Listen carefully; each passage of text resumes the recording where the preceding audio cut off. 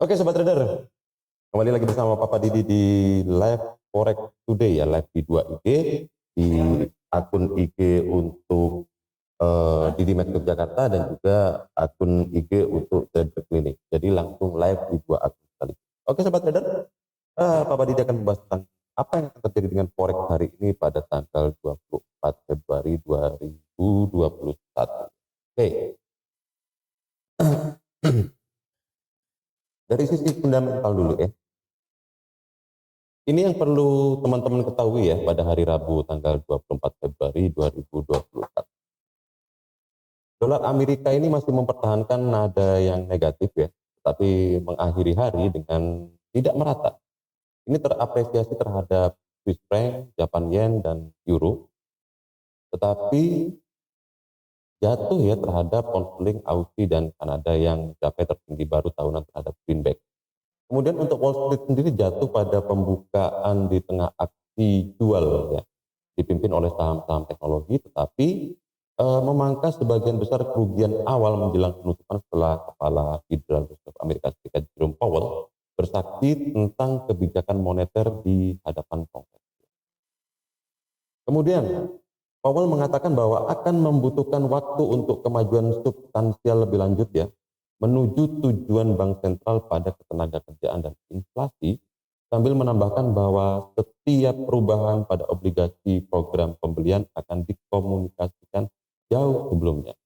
Dia juga mengakui data yang masuk itu lebih baik, tetapi menegaskan kembali bahwa pemulihan ekonomi melambat dalam beberapa bulan terakhir.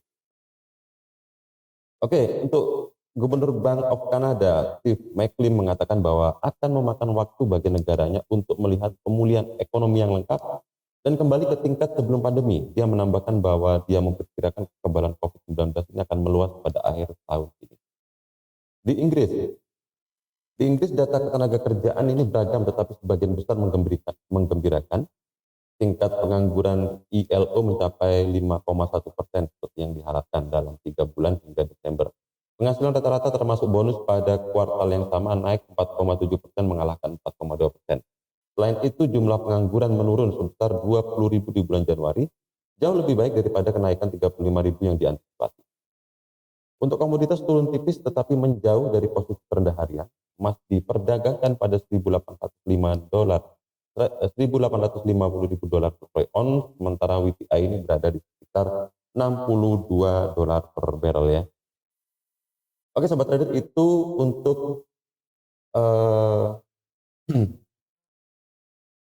analisa secara fundamental ya dari berita-berita.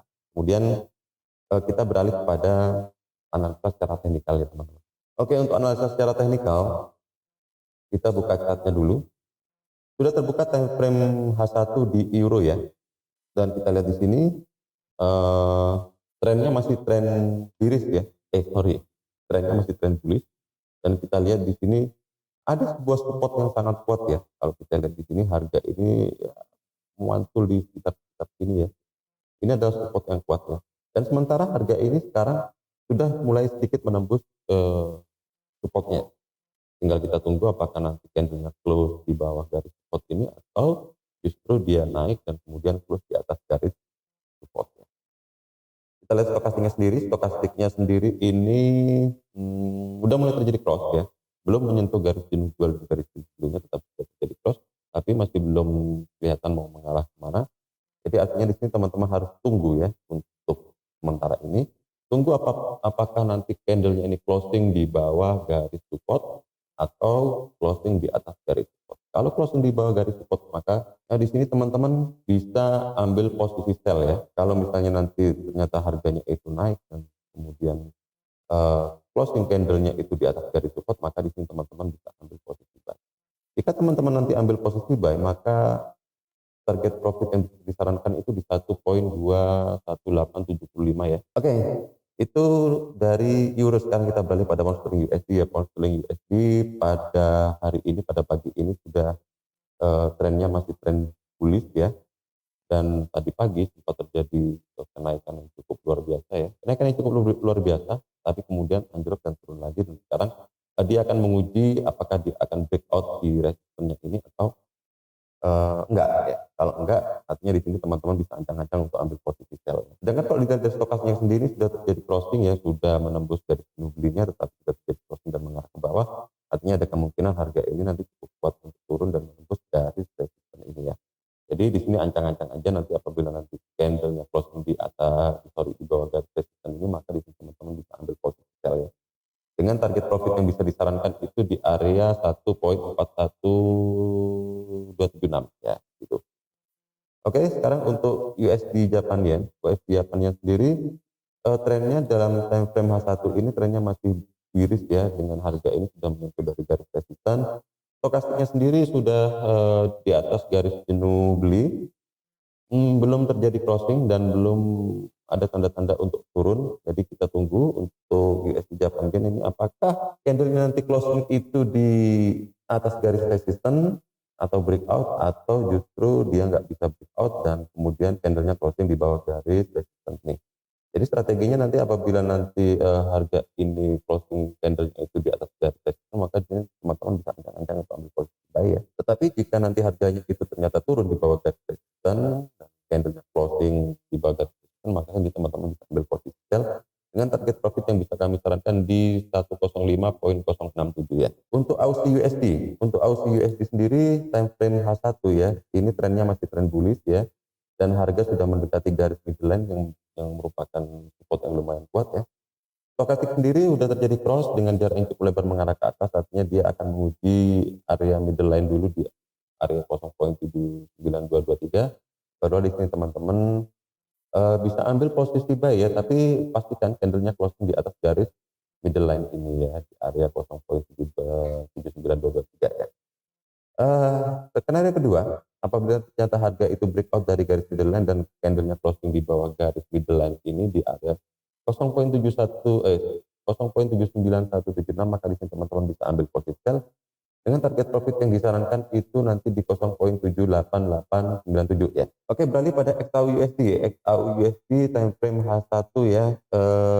Harga ini kalau dilihat secara trennya masih tren bullish ya untuk XAU atau emas ya. Dengan harga masih bermain-main di koridor bawah di antara garis midline dan garis support ya. Dan kita lihat stokastiknya sudah menyentuh dari garis jenuh beli. Artinya kemungkinan akan ada terjadi koreksi sedikit ya teman-teman.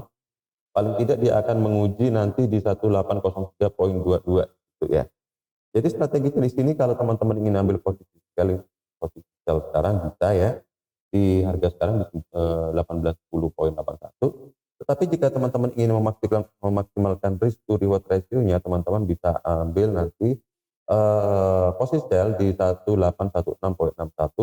Pastikan candlenya closing di bawah garis support ini, di bawah garis ini, maka teman-teman bisa ambil posisi sell di 1817.36 ya di situ.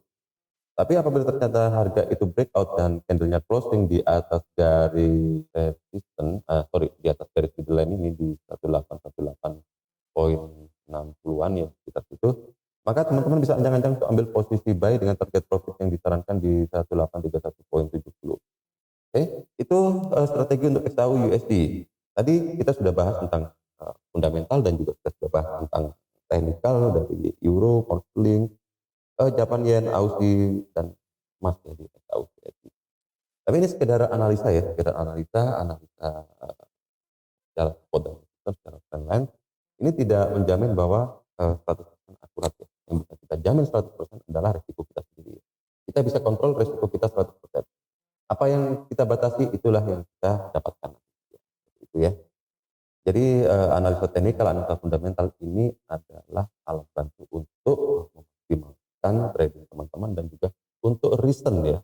Sebagai seorang trader profesional, masuk pasar, keluar pasar, melakukan aktivitas trading, itu harus ada alasan. Kenapa masuk di harga sekian, kenapa harus keluar di harga sekian, itu selalu harus ada alasan. Harus ada planning, harus ada trading plan atau rencana trading.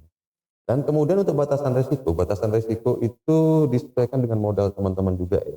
Tapi harus ada batasan risiko. Jangan dibiarkan begitu saja posisi trading kita. Batasan risiko yang bagus itu sesuai dengan risk to reward ratio yang benar ya. 1:2, 1:3, 1:5 ya. Paling bagus 1:5. Kenapa begitu? Kenapa 1:5 itu bagus risk to reward ratio-nya? Jadi misalnya teman-teman pasang taking profitnya $500 ya, 50 pip ya. Anggap 50 pip itu $500 atau 5 juta. Kemudian untuk stop lossnya teman-teman pasang 10 pip atau 1 juta rupiah. Jadi risk to reward ratio-nya itu 1:5 itu. Kemudian dalam 10 kali transaksi misalnya, dalam 10 kali transaksi, teman-teman kok ternyata loss-nya itu 7 kali. Tadi teman-teman sudah setting 10 pip ya, 1 juta. Itu, berarti kalau 7 kali transaksi dan itu loss semua, teman-teman rugi 7 kali 10 pip. Berarti 70 pip atau $700, 7 juta rupiah. Ya. Sedangkan teman-teman cuma 3 kali profit. Dalam 10 kali transaksi cuma 3 kali profit dengan 7 kali loss. Tapi karena teman-teman settingnya itu 1:5, artinya tadi profitnya itu 50 atau $500, 5 juta ya. Kurang lebihnya seperti itu. Maka 5 juta itu dikalikan 3 ya, profit 3 kali. Berarti kan 1.500 atau 15 juta rupiah. Jadi 3 kali profit teman-teman membukukan keuntungan 15 juta rupiah, sedangkan 7 kali loss teman-teman membukukan kerugian 7 juta. Tapi di sini masih ada profit sekitar 8 juta secara akumulasi dalam 10 kali transaksi. Dalam kondisi 7 kali loss dan 3 kali profit. Tapi secara akumulasi teman-teman masih bisa membukukan profit 8. Jadi itu lebih efektif ya, daripada 1:1 atau malah nggak ada batasan resiko sama sekali. Jadi kita cuma membutuhkan 3 kali profit aja, itu teman-teman sudah membutuhkan profit secara akumulasi pun 7 kali loss. Oke. Jadi itulah pentingnya risk to reward ratio, itu yang harus dipikirkan. Analisa fundamental, analisa teknikal adalah alat bantu. Tapi yang perlu dipikirkan adalah manajemen resiko dan manajemen modal. Itu yang paling penting ya. Manajemen resikonya ya itu tadi risk to reward ratio yang benar. Kemudian untuk manajemen modal, jangan pasang lot yang terlalu besar, jangan overload ya. Modalnya kecil, lotnya gede itu bahaya banget ya. Jadi selalu upayakan untuk pasang lot terkecil ya, lot minimal. Kalau di DigiMax lot minimalnya itu 0,1, maka pasang 0,1. Kalau misalnya teman-teman modalnya 5.000 ya, 50 juta ke bawah, pasang 0,1 itu jauh lebih aman. Ya. Itu manajemen modal. Oke sobat trader, cukup segitu dulu ya untuk Forex Today hari ini tanggal 24 Februari 2021. Selalu ikuti live Instagram tentang Forex Today dan juga tentang trader klinik yang akan selalu diupdate secara berkala oleh Bapak Didi. Oke sobat trader, happy trading dan salam profit.